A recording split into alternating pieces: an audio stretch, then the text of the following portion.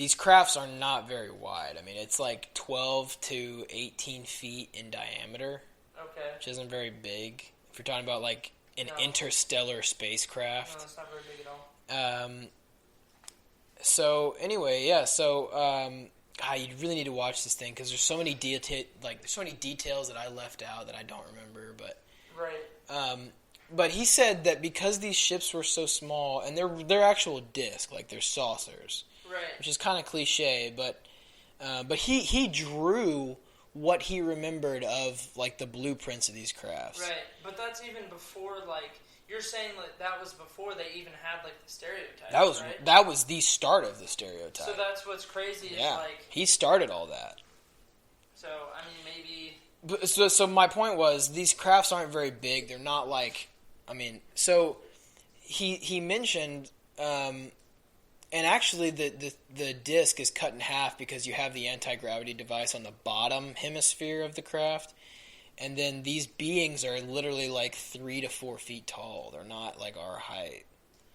So they're way different. Did he describe what they look like? He didn't see one. He claims that, and this is where it gets a little weird because from my remembrance of this, in when it all first came out, I think he said that he actually saw them like a cadaver of one. Right. But when they're interviewing him now, he said it was literally like a millisecond glance, and it could have been a dummy that they were using for scaling, for like scale purposes, just to,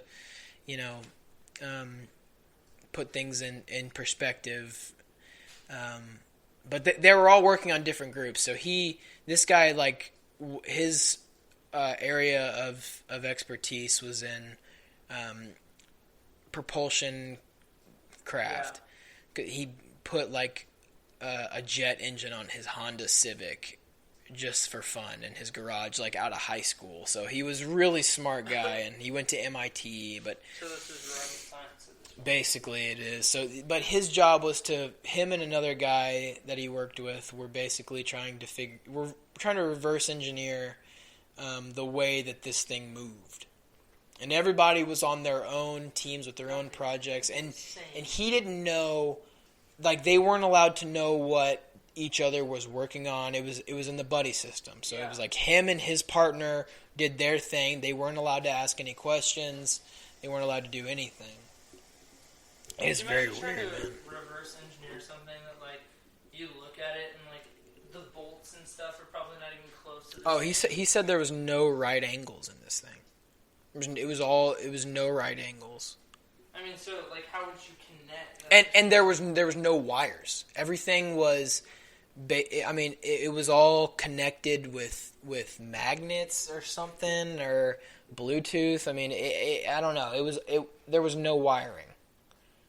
There was no wiring. Yeah, and the this element somehow reacted with gravity in such a way that it was basically a force field. And the force field was in like the shape of a heart around this thing.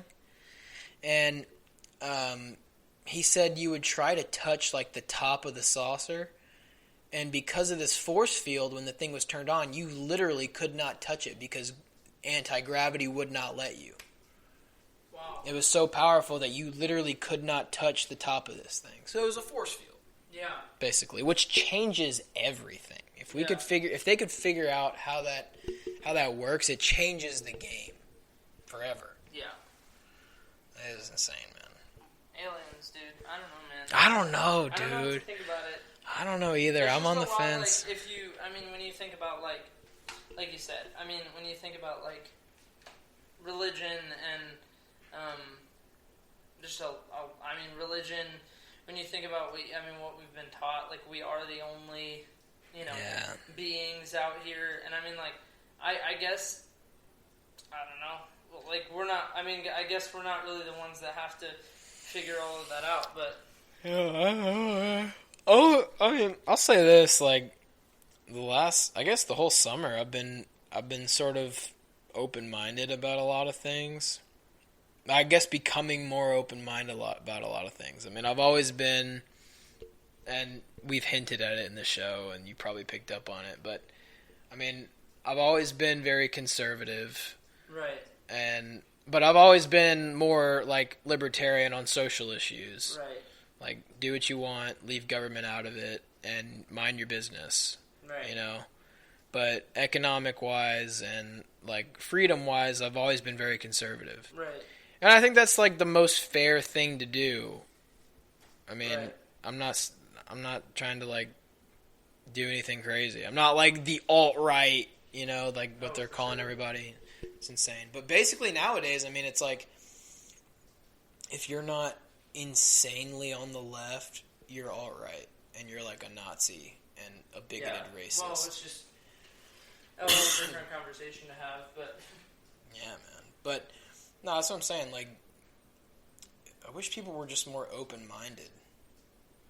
Right. Like, everybody is so rigid in their thinking, and if you try to disagree with anyone, you're like a terrible person. Like, right. there can be no, like, we can disagree on something. Exactly. And I'll still love you. Right. But in the ability to have a conversation is lost. Whereas back in the day, I mean, you used to have presidents that, you know, I mean, you used to have guys that there's a Republican president having a meeting and having a lunch with a Democratic president. I mean, it happened all the time. It was a very common thing to just, you know, I mean, common interaction. It wasn't, often they were good friends. Like, I mean, that was the whole point of the peaceful change of power, was that it was, I mean, you're handing it off. And now it's like, yo, if you're seen with the president, you know, it's like, oh my gosh. Yeah. Somebody is having dinner with somebody on the other party. Oh my gosh, he's a racist bigot. And I'm not trying to say that racism doesn't exist. I mean, it obviously does. Yeah. You know, in like rural parts of the country that don't see the light of day. Yeah. Definitely exists. But it's an awful thing, but I don't think because you disagree, I don't think that because you disagree with somebody that you're a racist. No. I mean, I don't, That's insane, man. But I don't think that, in a lot of conversations now, too, it goes from being, like I said, like a very peaceful conversation to you disagree about something and then it's a completely different... Racist, fascist, bigot, privileged, white, misogynistic... You could disagree about where the payroll should go you could disagree with where the taxes should go. Like, do you think you should put more into schools, or do you... somehow it boils back down to a very different topic that really does not make sense. Has nothing to do with... People are just shooting insults at each other at this point. It really is a mudslinging match. So, I mean, I don't even want to watch... I don't want to watch the Democrat debate. I don't want to watch the Republican debate. I'm tired of watching these debates, dude. They're just not... I haven't not watched... I haven't watched it either, because the ones that I did, there's not much actual logical thinking that's going on. I heard it's an absolute clown car, though. Yeah. I mean, it's just everybody gets on stage and it's like, yo, who can be the most crazy sounding, basically it's a race to the left. Everybody's racing to, like, the most crazy ideas.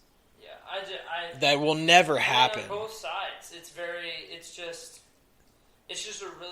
really just turns into, like, typically either slinging insults at each other or just random thinking that really doesn't make much sense. And typically what happens in the past is Democrats or Republicans, I guess, they'll be very, like, either left or very right in their proposed plans on things, and then come the primary, or come not the primaries, but come like the primaries, come the primaries, they sort of go back in the middle. They sort of they shift back to center. Right. And with where they're going right now, dude, it's going to be very hard to go back to center because they're making claims like, yo, we like, and I don't want to get into it too much, but I mean, they're making, like, they're going so far to the left. It's going to be so hard for them to go back to center. Yeah. And if they want to win, you like... know, what was so interesting about, like, watching Trump win, hate him or not, love him or not, I guess, but he's, I don't know about that. I don't know how many people really love him, but... Yeah, it's rough, I'm not gonna lie, anyways, but the dude is... Even watching him, it's interesting. People, when he was making some of these claims, they were like, oh, you're never gonna do that. Now he's doing it, and it's kind of funny, because he's one of the few that I've seen in a lot of years that have actually stuck to exactly what they said they were going to do. Yeah, and then people are very confused as to why he's doing that. Now, are some of the things that he's doing, are they necessarily right? That's a whole different debate you can have. But, I mean, I don't agree with everything he's done. No, you're not going to agree with everything that any president does. But, no. I mean... arguably the most powerful person on the planet. So I think there's gonna be some things that are gonna happen that you're not gonna agree with. I would say the tariffs, the tax stuff. I mean, that was a sketchy thing to get into. Yeah. But I would agree that for the most part he did what he said he was going to do, except for building the wall. That hasn't happened yet. Well, but he's also fought. Yeah, he's had to fight that war. Yeah. But that's the hill he's going to die on, unfortunately. It's it's also something that, I think he does, he has a very valid point, and it's actually something that there are clips from several other presidents, even Democrat. Obama, dude. You even see clips from Obama, and you see clips from Clinton, where they're talking about how we need to increase border security, and then somebody comes along and, claims maybe a little bit more extreme than what they were thinking, and now everybody's hopping on his head. Literally on Twitter, he tweeted something out, and it was word for word what Obama had said back in 2005 when he was a senator about immigration, and people lost their minds calling him like a racist and all this stuff, and it's like, yo, Obama said this in 2005. Yeah. So... I definitely agree with you, but I think immigration is one of those things that it's not a black and white issue. No, it's not like cut and dry. Otherwise, we would have solved it by now. Yeah, there's plenty of things that when you see it, it breaks your heart. Oh my God, dude! You see these kids and things, yeah. But then you also see some of it where like it's a kid being reunited, air quotes for those of you that can't see that, being reunited with their families, and then come to find out it was a sex trafficker. So, at this point, it's so much. We can't necessarily trust what we're seeing on social media. No, my gosh. For either side. I don't like watching. Like we've said, fairly conservative views for myself as well. But I don't even like watching Fox News. I don't like watching news. I don't like watching Fox News. I don't like watching any news. Because you either have far left or you have far right. There's nothing that is unbiased. And I'm a pretty open-minded person. Like, I'm willing to hear an argument. But at the same time, I don't want to see something that goes... don't lie. I don't want to see, like, Donald Trump today killed a cat and drop-kicked it across the yard because you're CNN and left. Or say Donald Trump is Jesus, is our Lord and Savior. Saw a dead cat on the street and saved it and rose it from the dead. I don't want to see that either. Dude, please, I don't. Can we just have one that tells me, here's what happened today. It really did happen but then how do you trust that? No. There's never going to be an unbiased anything. Dude, we are literally watching the implosion of the media. Yeah. And it breaks my heart too, dude, because I'm not a huge fan of Trump. I'll be honest with you.